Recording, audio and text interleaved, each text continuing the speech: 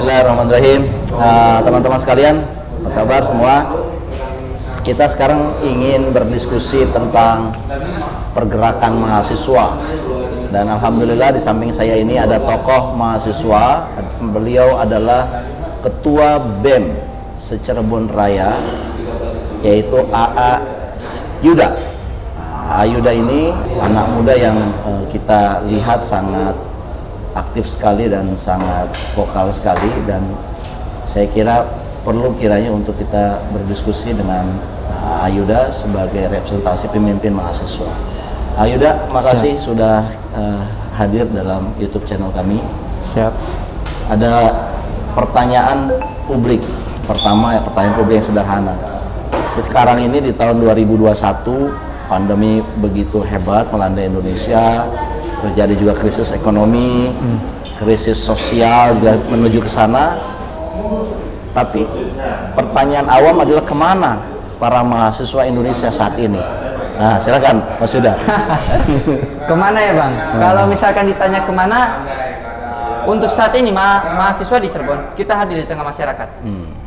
Salah satu bukti nyata kami hadir di tengah masyarakat bahwa kemarin di bulan Agustus itu kita gencar melaksanakan vaksinasi, Bang. Kita gencar melaksanakan vaksinasi, kita bersinergi bersama TNI Polri, bersama Kepala Staf Khusus Kepresidenan RI. Juga kita berkoordinasi, dan alhamdulillah bahwa mahasiswa itu antusiasnya sangat tinggi untuk divaksin. Karena kan vaksin ini merupakan salah satu bentuk ikhtiar dari kita untuk memutus rantai penyebaran virus corona sendiri.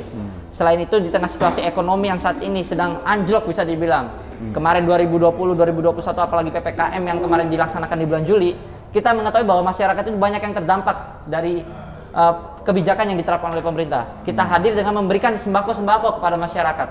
Kita membagikan kepada masyarakat yang terdampak. Selain itu, secara vokal dan politik, kita menyuarakan aspirasi kepada pemerintahan. Tepatnya pada kemarin kita melaksanakan aksi serentak di kabupaten dan di kota Cirebon.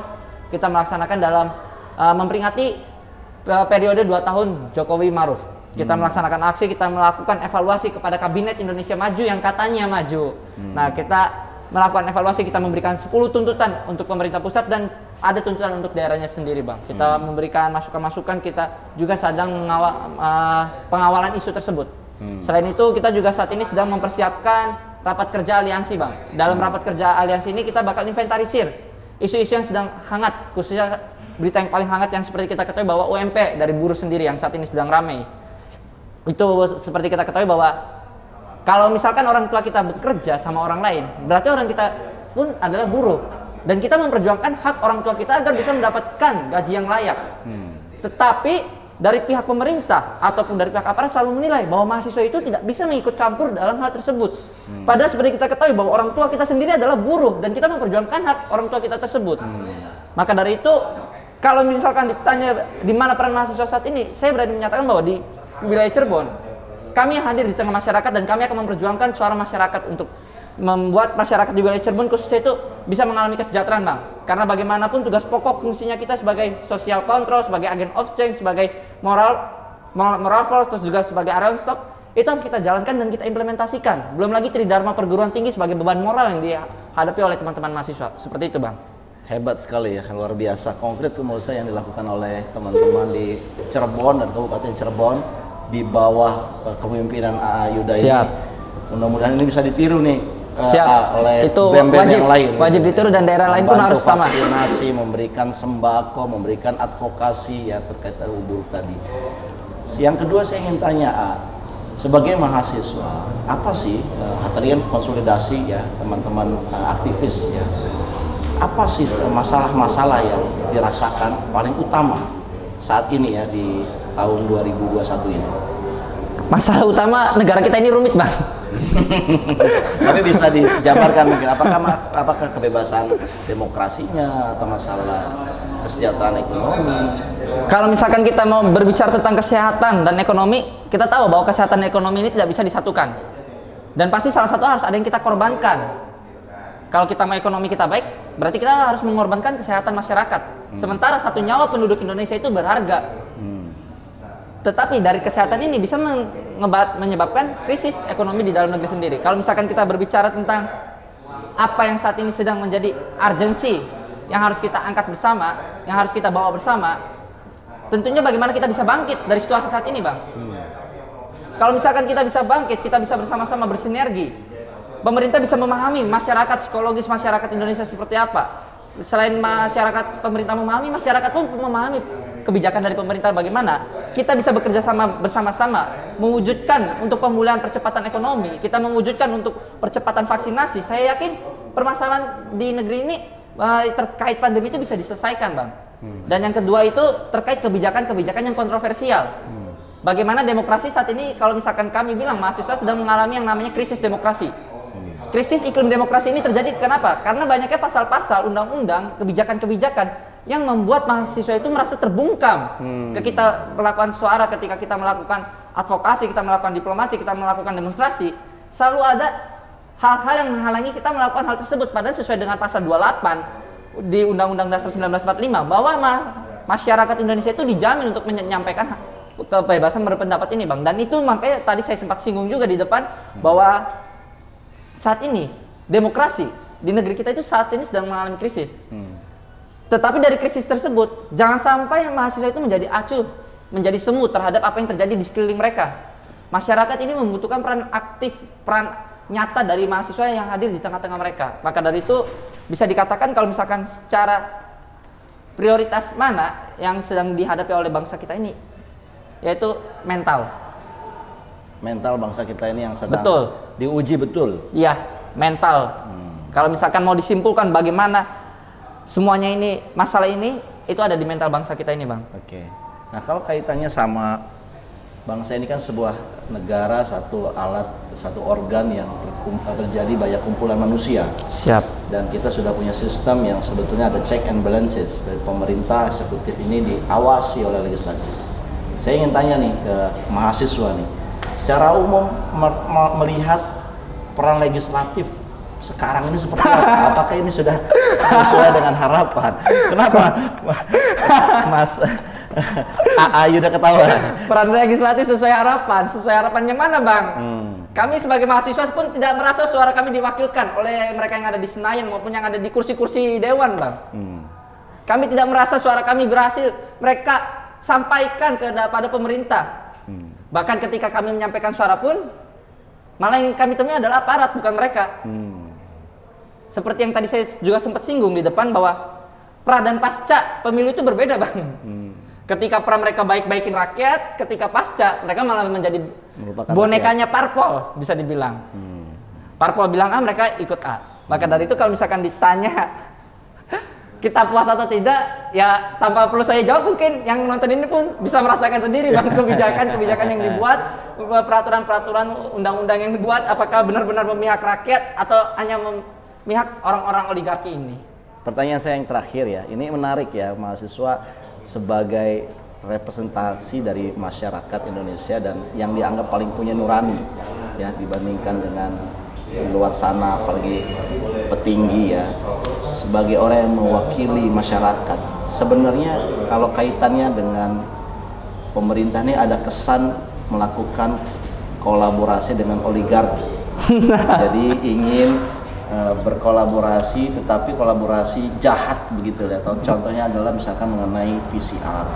Ya. Bagaimana pemerintah sebetulnya baik niatnya mewajibkan memberikan keamanan, tetapi ada orang yang berbisnis di PCR. Nah, ini bagaimana sebagai bagian dari masyarakat menilai ya terkait mengenai penanganan pandemi, penggunaan PCR dan apa sebenarnya yang diharapkan oleh mahasiswa terkait permasalahan tersebut, Bang. Korelasi antara pemerintah dan oligarki ini sendiri. Jangankan PCR, Bang, kita bisa melihat sendiri dari tahun-tahun sebelumnya. Pemerintah gencar industrialisasi dengan dalih untuk pembangunan penyerapan tenaga kerja, kesejahteraan masyarakat, untuk mengangkat pengangguran. Tetapi pada kenyataan industrialisasi itu apakah memperhatikan AMDAL? Di wilayah Cirebon sendiri kita terdampak dari pembangunan industrialisasi tersebut. Ketika warga mengeluh akan bahayanya kesehatan mereka, akan bahayanya air bersih karena pembangunan-pembangunan yang ada. Sebelum itu juga kita mengalami yang namanya krisis iklim. Kemarin kita mengetahui bahwa dari Menteri Lingkungan Hidup pun mengatakan bahwa jangan sampai deforestasi ini mengganggu pembangunan. Ini cukup aneh, Bang, kalau menurut saya sendiri. Mengganggu pembangunan. Sementara dari dampak deforestasi sendiri, kita mengetahui bahwa saat ini lingkungan kita pun, abang mungkin bisa merasakan ketika di luar kita merasakan hawa yang sangat panas. Itu bagaimana bisa hawa yang sangat panas terjadi? Karena lapisan ozon ini yang semakin menipis dan sinar ultraviolet yang masuk ke dalam bumi itu semakin besar, Bang. Lapisan ozon yang harusnya bisa menahan dan menampung sinar ultraviolet ini, tetapi karena pembangunan asap-asap pabrik ini menyebabkan polusi tersebut. Belum lagi polusi-polusi di laut, Bang. Bagaimana habitat-habitat yang ada di laut akhirnya bisa dibilang hancur karena limbah-limbah dari pabrik sendiri. Selain industrialisasi ini, apakah masyarakat mengalami dampaknya? Penyerapan tenaga kerja, apakah mereka telah digaji dengan ya layak lah? Saya sendiri bisa katakan bahwa apa yang terjadi saat ini di situasi pandemi dengan hanya kata industrialisasi ini untuk penyerapan tenaga kerja itu bisa dibilang hanya untuk isap jempol belaka, Bang. Isap jempol belaka dalam artian itu hanya untuk kepentingan kapitalis yang ada. Bagaimana untuk memudahkan investasi. Padahal seperti kita ketahui bahwa Presiden Republik Indonesia yang pertama Soekarno pun pernah mengatakan bahwa industrialisasi hanya bisa dibangun di tanah yang tandus, bukan di tanah yang subur, milik-milik petani, milik-milik nelayan yang saat ini kondisinya sedang terancam, Bang. Maka dari itu bisa dibilang jangankan berbicara tentang PCR. Sebelum PCR yang pemerintah gencar untuk menekan industrialisasi, gencar untuk menekan deforestasi. Padahal faktanya kita mengetahui sendiri industrialisasi penebangan secara liar semakin tinggi, apalagi di bidang kesehatan. Tanpa kita ingkarin juga bahwa sejak awal pandemi pun udah banyak orang yang berbisnis di bidang kesehatan. Apalagi saat pandemi makin banyak orang yang memanfaatkan ini momen untuk tersebut kepentingan pribadi dan kelompoknya. Nah, yang pada akhirnya menyusahkan masyarakat begitu ya. Betul, apalagi kemarin di awal-awal pun Menteri Sosial kita, Mensos kita mengkorupsi uang bansos terbukti. Ya ini tanpa harus jauh-jauh kita ke PCR, kita lihat di awal pun, dari awal pandemi pun ini sudah dijadikan lahan bisnis oleh para oligarki ini. Makanya saya berani mengatakan bahwa saat ini negara kita kalau misalkan mau dibawa kemana arahnya, semua itu bukan ada di pemimpin kita, tapi ada di posisi rakyat. Bagaimana rakyat mau bersatu, kita bersama-sama, kita membangun bersama-sama, kita bersuara bersama-sama, kita lantangkan suara kita, karena itu dilindungi. Ketika kita sudah menyampaikan suara kita, kita menyampaikan aspirasi kita kawal aspirasi tersebut. Jangan sampai aspirasi tersebut kita lepas begitu aja. Dan yang terkait harapan dari mahasiswa sendiri, kami mahasiswa sendiri berharap, Bang, bahwa pemerintah ini saat ini bisa memikirkan kembali lah, menimbang kembali kebijakan-kebijakan yang telah dikeluarkan, khususnya dalam penanganan situasi pandemi. Kita tahu kita memiliki undang-undang karantina. Di undang-undang karantina itu pemerintah bisa menjamin hajat hidup masyarakatnya, baik ternak maupun SDM-nya. Dari Sabang hingga Merauke pemerintah bisa menjamin. Tetapi dari undang-undang karantina itu pemerintah tidak bisa menerapkannya. Mereka malah berganti-ganti nama dengan alasan karena situasi pandemi ini berubah dengan drastis. Padahal secara kita tahu negara-negara lain kalau misalkan secara undang-undang karantina efektif dan dijalankan, mereka berani menanggung masyarakatnya. Tetapi di Indonesia sendiri itu tidak diterapkan. Malah kami menilai bahwa pemerintah lebih labil dalam penanganan situasi pandemi. Labil dalam artian selalu berganti-ganti kebijakan. Ketika kita memiliki payung hukum yang jelas di Undang-Undang Karantina 2018, tetapi pemerintah tidak berani menerapkan hal tersebut, malah mengganti-ganti. Jadi saya kira harapan dari mahasiswa sendiri, pemerintah bisa mempertimbangkan kembali kebijakan-kebijakan yang seharusnya dikeluarkan dan tepat untuk masyarakat. Saat ini masyarakat itu kami membutuhkan banyak hal gitu. Kami tahu bahwa urusan pemerintah itu banyak, bukan hanya urusan tentang pandemi ekonomi aja.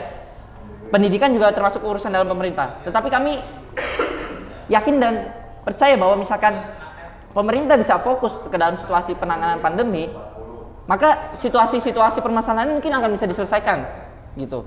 Karena bagaimanapun pandemi ini yang merusak segala sektor yang ada, Bang, bukan hanya kesehatan dan ekonomi, tetapi berbagai sektor pun terdampak dari situasi pandemi ini.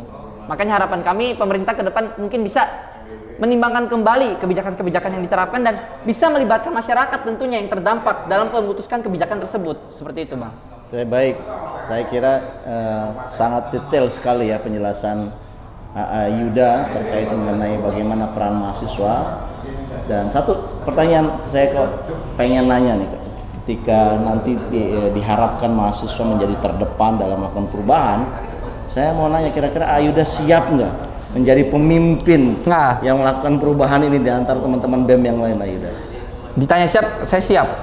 Saya siap untuk melakukan perubahan karena bagaimanapun di tahun 2045 ketika bangsa kita 100 tahun kemerdekaan bangsa kita ini, maju tidaknya bangsa ini itu ada di tangan-tangan angkatan saya, Bang.